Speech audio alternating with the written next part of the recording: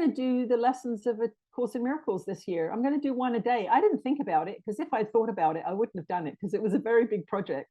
But I've been doing a lot of YouTube videos, and I thought, yeah, tomorrow I'll do lesson 1, and I'll see what Jesus has to say. I didn't think it through at all. Like I say, if I had, I probably wouldn't have done it. As most things in my life, if I think it through, I wouldn't have done it. So that morning, I read I explained what A Course in Miracles was. I read the first lesson, and then Jesus came through and gave his commentary on that lesson. And it was very cool. And then the next day I did it again, and the next day I did it again. And very, very quickly in the comments, people started saying, I can't wait for tomorrow's lesson. I'm so curious to hear what Jesus has to say. And then if I was late, so normally I would do the lesson in the morning, right? But, I travel, and I've got a life. And sometimes I wouldn't do the lesson until 6 o'clock at night. And the comments were, where's Tina? Where's Jesus? Why aren't you doing it? And I'm like, whoa, everybody. They're complaining about that. Yeah. They're complaining about it. And a few times I had to say, look, you need to go back so that be a day behind, so that you're not waiting for me. But I think it was an indicator of how interested people were. So basically I did 365 videos. Sometimes I would have to do 3 or 4 videos in one day, because I was traveling or driving, or didn't know if I was going to be able to load up a video. So sometimes it got very complicated for me to do it. But I managed to do all 365 videos. And then I left it at that. I didn't really think about making it into a book. But somebody had done 365 drawings of A Course in Miracles. And she contacted me, and she said, I'd like to volunteer these images if you make this into a book with no cost to you. And they were really cute. If you've seen the book, they're very sweet little colorful images. And so we transcribed all those lessons. Somebody helped me, a man called Ian Elsinger. He helped me do that. And we sent it to the publisher. And then I had to fight for the way I wanted the book to look. Because these images were color, all other books had been printed in black and white. But this meant we had to do a 4-color print, which was very expensive. Yeah. I also wanted gold edges on the book. Because the publisher in China, he had done Jesus, My Autobiography with gold edges, and I saw how beautiful it looked. So he did a hardcover of Jesus, My Autobiography with gold edges, and I saw it and I said, I want gold edges on this. I said, this is going to be a manual that people who do A Course in Miracles are going to want to have. I said, you're going to sell a lot of these. And anyway, I managed to talk her into it. And so we got this beautiful full color book with gold edges, and it looks like the Bible. It looks like A Course in Miracles. It's like a mix of them, yeah. It's a very beautiful book. And I think that is the Jesus book and A Year of Forgiveness are going to be those books that on my deathbed, I'll feel very pleased that I brought into this world. And I know that those books are transforming people's lives, Yeah. People write and tell me. I mean, look at what you're doing, Carlos. I mean, this has become your purpose, and your desire to spread this message it's not optional now. It's like it's what you do. It's right? Not. I cannot even stop it. Try me. And sometimes I said, okay, it's too much for me. But day after, I wake up and said, oh no, I want to do it again. It's like something's pushing me. Yeah. And the thing, I think the truth of the matter is, for a lot of urban people, life is pretty mundane. It's pretty boring. If you don't have a passion and a purpose, then you end up watching television, you end up drinking too much, you end up watching too much soccer on TV, whatever it is.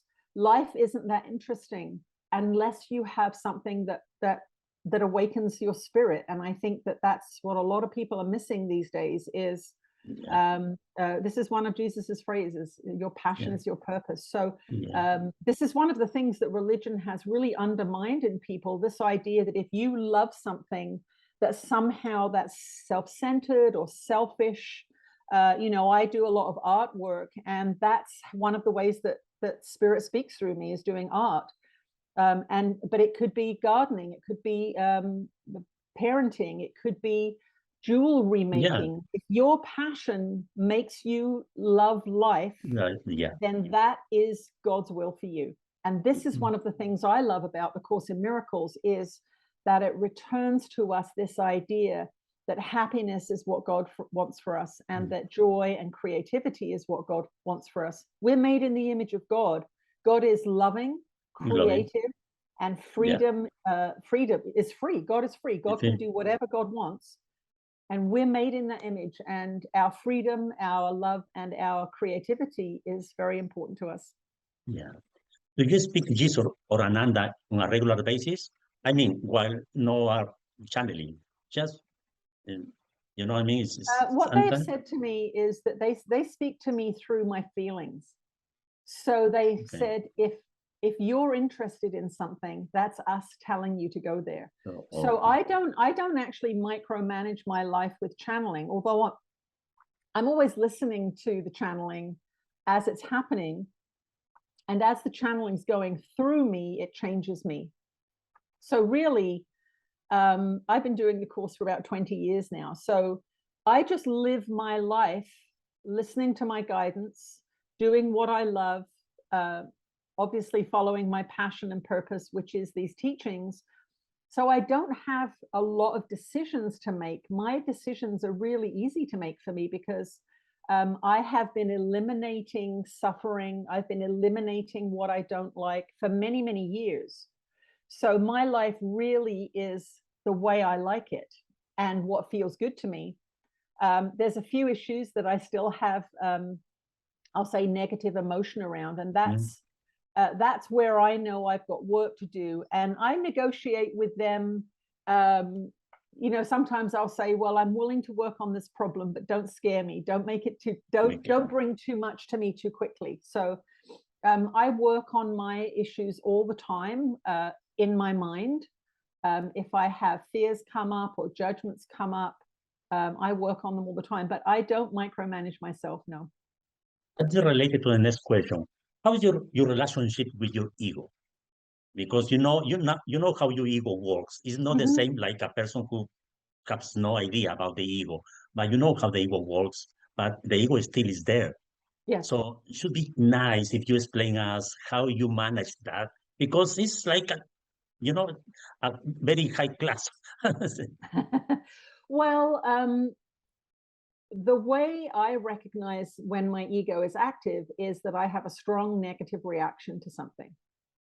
So when I'm calm and peaceful and creative, throughout the day, if my mind is at peace and I'm content, then I know I'm in spirit and I'm aligned with what I'm meant to be doing. If I start to get something going on in my mind, then I know my ego has been triggered. So I'll give you an example. I've had a business meeting in the last couple of weeks with some people, and it's not working out. I've decided not to go ahead with whatever they were proposing. But my mind won't let it go. It won't let it go. It just keeps nagging me. So last night I was actually talking to Carol, and I said, I need to figure out why this is bothering me. So that's how I know that something in me has been brought up that's out of alignment, because I can't stop thinking about it. There's a judgmental aspect to my mind, my thoughts. You know, they shouldn't have done that, or I don't want this to happen. So there's some fear in there. There's some confusion in there. So what I do in that circumstance is I say to myself, what's the worst thing that can happen? What is it I'm afraid of here? And what I came up with is that I actually have a fear of confrontation with people. And this is something that will make me not speak